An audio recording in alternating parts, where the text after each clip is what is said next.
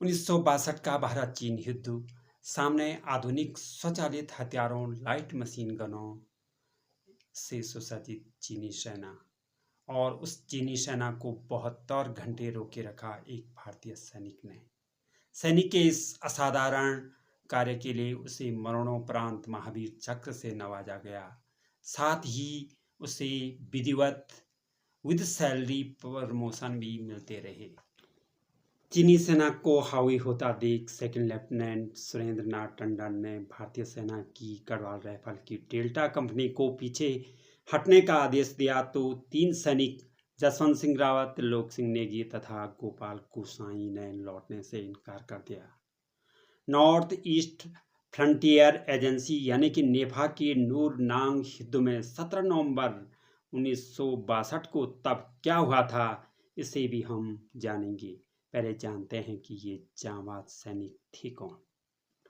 नमस्कार, गढ़वाल के अंचल में आज बात करते हैं 1962 के नूरनांग युद्ध के अविस्मरणीय अद्वितीय युद्ध की, जिसमें न केवल एक सैनिक ने पूरी की पूरी चीनी सैनिक टुकड़ी को 72 घंटे रोके रखा, बल्कि उसके 300 सैनिकों को मार गिराया।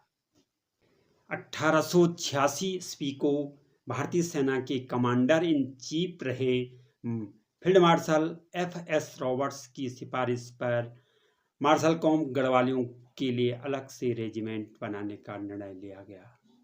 4 नवंबर 1887 को पहली सैनिक टुकड़ी कालो डांडा पहुंची और 21 सितंबर 1890 को पौड़ी के कालो डांडा का नाम तत्कालीन वायसराय लॉर्ड लैंसडाउन के नाम पे लैंसडाउन रखा गया। इसी गढ़वाल राइफल की यूनिट 4 के सैनिक थे। 19 अगस्त 1941 को पौड़ी जिले में जन्मे जसवंत सिंह 1962 में 4 यूनिट को नेफा यानी कि आधुनिक अरुणाचल प्रदेश की 14,000 फीट की ऊंचाई पर स्थित नूरनांग रिज की सुरक्षा का उत्तरदायित्व सौंपा गया। नूरनांग के शैला दर्रा भारतीय नियंत्रण से छीनने के प्रयास में चीनी हमले का खतरा मंडरा रहा था। यह आशंका व्यक्त करते हुए सेकंड लेफ्टिनेंट सुरेंद्र नाथ टंडन ने 4 यूनिट को सुरक्षित स्थान पर जाने का आदेश दिया, मगर जसवंत सिंह रावत और उनके 2 साथी त्रिलोक सिंह नेगी और गोपाल सिंह गोसाई ने ये मानने से इनकार कर दिया। 17 नवंबर 1962 को सुबह 5 बजे चीनी सेना का पहला हमला हुआ। जसवंत सिंह और उनके साथियों ने मात्र एक एलएमजी से करारा जवाब दिया और दुश्मन सेना से एलएमजी छीनने का पूरा प्रयास किया। गोपाल सिंह गोसाई ने मात्र 2 यार्ड की दूरी से दुश्मनों पर करारा ग्रेनेड अटैक किया और उनकी एलएमजी छीन लाए। हालांकि इस प्रयास में गोपाल सिंह गोसाई और त्रिलोक सिंह नेगी दोनों वीर गति को प्राप्त हो गए। जसवंत सिंह अकेले पड़ गए, मगर उन्होंने हिम्मत नहीं हारी। नूरनांग में उन्होंने कई विकेट स्थापित किए और अलग अलग विकेट से फायर करते रहे। चीनी इस भ्रम में रहे कि सामने पूरी की पूरी बटालियन मौजूद है।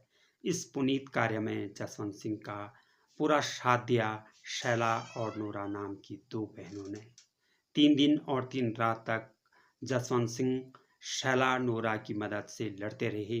आखिर में चीनियों ने उस पोर्टल को पकड़ लिया जो जसवंत सिंह को खाना लेकर आता था और उन्हें पता चल गया कि उधर एक बटालियन न होकर के मात्र एक सैनिक है। एक ग्रेनेड अटैक में शैला की मृत्यु हो गई और नूरा को चीनी सैनिक पकड़ कर ले गए और जसवंत सिंह को घेर दिया गया। जसवंत सिंह की मृत्यु के बारे में 2 मत व्यक्त किए जाते हैं। पहला, जसवंत सिंह ने खुद को गोली मार दी और दूसरा, कुछ लोग मानते हैं कि जसवंत सिंह को चीनी सेना द्वारा पकड़ लिया गया और उन्होंने उन्हें फांसी पे लटका दिया। बाद में उनका सर काट कर अपने साथ ले गए। जो भी हो, जसवंत सिंह अभी तक ऑन ड्यूटी माने जाते हैं।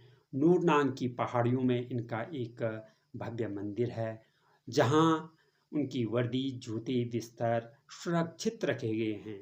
आज भी उनकी उपस्थिति वहाँ होने का दावा किया जाता है। स्थानीय लोग उन्हें बाबा जसवंत कहकर पुकारते हैं और पूछते भी हैं।